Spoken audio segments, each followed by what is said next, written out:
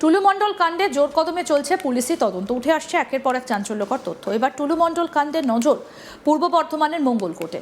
গভীর রাতে মঙ্গলকোটের আইমাপাড়া গ্রামে টুলু মণ্ডলের পাথর খাদানের ম্যানেজার ইফাজুল হকের বাড়িতে তল্লাশি চালালো পুলিশ।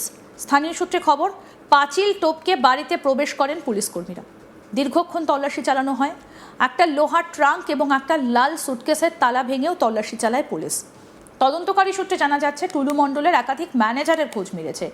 এর আগে আরও 2 ম্যানেজারের বাড়িতে তল্লাশি চালানো হয়েছে। এবার সেই তালিকায় যুক্ত হলেন ইফাজুল হক। এদিকে পুলিশের এই অভিযানে বেজায় অস্বস্তিতে ইফাজুল হকের বাবা। তিনি জানান, ইফাজুল বাড়িতে এসেছিলেন, তবে চিকিৎসকের কাছে যাবার নাম করে বেরিয়ে যান। একই সঙ্গে ইফাজুলের বাবার তরফে কার্যত জানানো হয়, দুর্ঘটনায় আহত হবার কারণে বিগত 1 মাসেরও বেশি সময় ধরে বাড়িতেই ছিলেন ইফাজুল। সেক্ষেত্রে ইফাজুল এখনও টুলু মণ্ডলের কাছে কাজ করেন কিনা বা কাজ ছেড়ে দিলেও কবে ছেড়েছেন সেই সব বিষয় নির্দিষ্ট করে কিছু জানেন না তিনি। কি বলছেন ইফাজুল হকের বাবা, শুনব। পুলিশ এসেছিল ক গাড়ি গাড়িতে আমি বলতে পারবো না, বাইরে এইখানে তো গাড়ি আসে না। আচ্ছা, দিয়ে দিয়ে অনেকগুলো এসেছিল। অনেকগুলো দিয়ে দিয়ে আমার দেখলো, ওদের ঘর দেখলো, আমার কটা ছেলে জিজ্ঞেস করলো। ঘর দুটো ঘর আছে, দুটো ঘরই তল্লাশি করলে। দুটো ঘরই তল্লাশি করলো। হ্যাঁ, দিয়ে দিয়ে চলে গেল। কিছু পেয়েছে না, উনি আমাদের কাছে স্বীকারোক্তি নিলেন, ওনাদের গুরু ফটো করলেন যে আপনাদের ঘর থেকে আমরা কিছু নিয়ে যাচ্ছি না। আমার আপনারাও কিছু আপত্তিজনক পান নাই। এই পর্যন্ত। টুলু মণ্ডল কে হয় আপনাদের?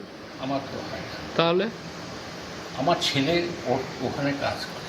আচ্ছা, আর আপনার টুলু মণ্ডলের যে স্ত্রী, তার খালুর বাড়ি তো এটা?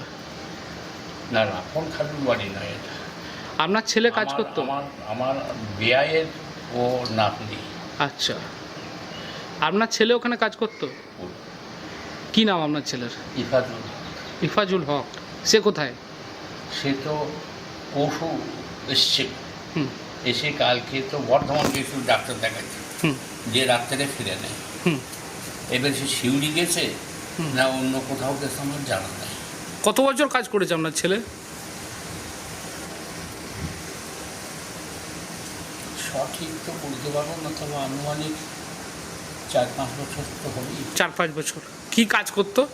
ওই পাথরে তুলতো, খাদান থেকে। খাদান থেকে পাথর তুলতো। পাথর তুলতো। কত টাকা মাইনে ছিল জানেন না? ছেলে সেপারেট তো ওরা। বুঝতে পেরেছি। কীভাবে যোগাযোগ হলো টুলু মণ্ডলের সাথে আমার তো যোগাযোগ নেই। আপনার ছেলের? ওরা কীভাবে কার সাথে কী করেছে, বোধহয় শ্বশুর বাড়ি থেকে কিছু করতে পারে। আচ্ছা, আমার জানা নেই।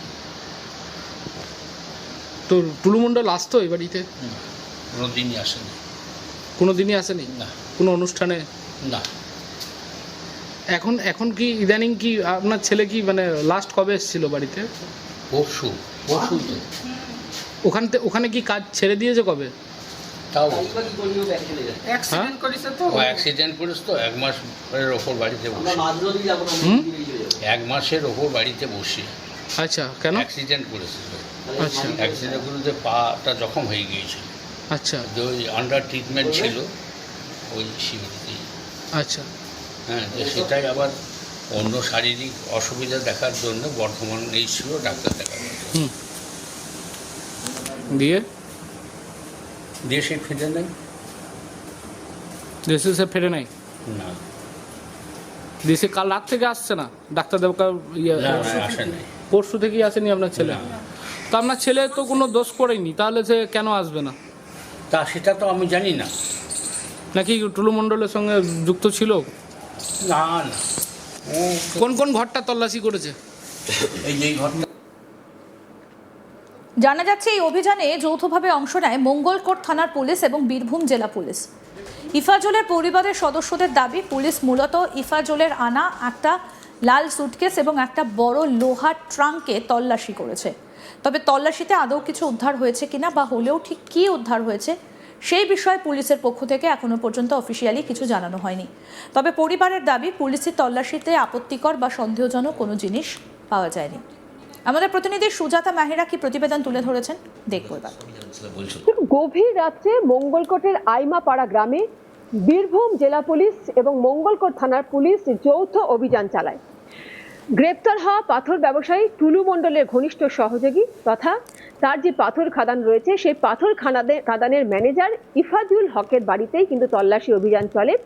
গভীর রাত্রে পাঁচিল টপকে পুলিশ প্রবেশ করে এমনটাই জানাচ্ছেন বাড়ির লোকজন এবং পরিবারের অভিযোগ কোনো আগাম নোটিশ ছাড়াই পুলিশ গভীর রাত্রে ঘরে ঢোকে এবং দীর্ঘক্ষণ ধরে চিরুনি তল্লাশি চালায়। এমনকি ঘরের ভেতরে থাকা একটি লোহার ট্রাঙ্ক এবং একটা লাল রঙের সুটকেস এই দুটোই কিন্তু পুলিশের মূল নজর ছিল এবং সেগুলোর তালা ভেঙে কিন্তু তল্লাশি অভিযান চালানো হয়।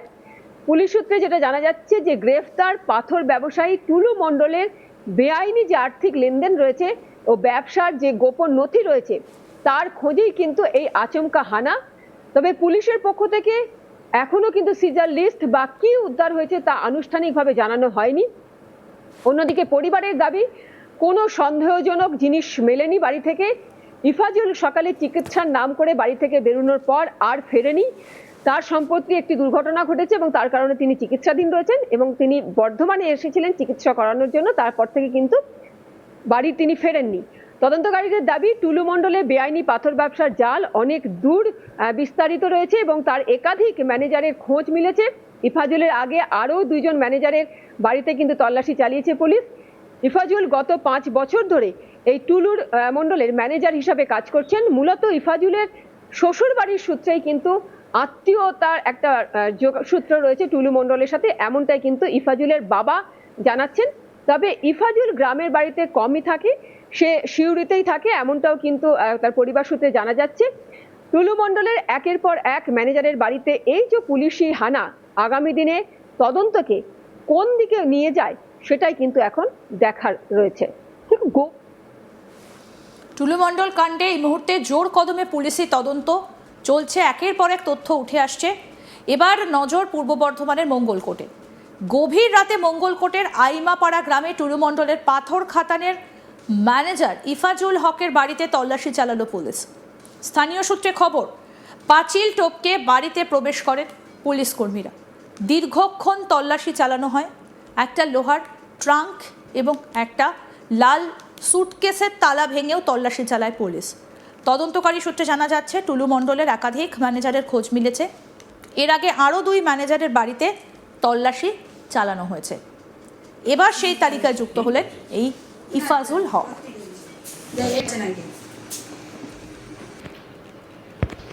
এটা কার ঘর? এটা আমি যেতে বলি মানে আপনার ছেলের ঘর? ইফাজুলের ঘর এটা। ইফাজুলের স্ত্রী কোথায়? স্যার শিউরি। ওরা শিউরিতেই থাকে? হ্যাঁ। আর ও কি এখান থেকে যাতায়াত করে? আরও আপডেট পেতে দেখতে থাকুন আজ তাক বাংলা, সাবস্ক্রাইব করুন।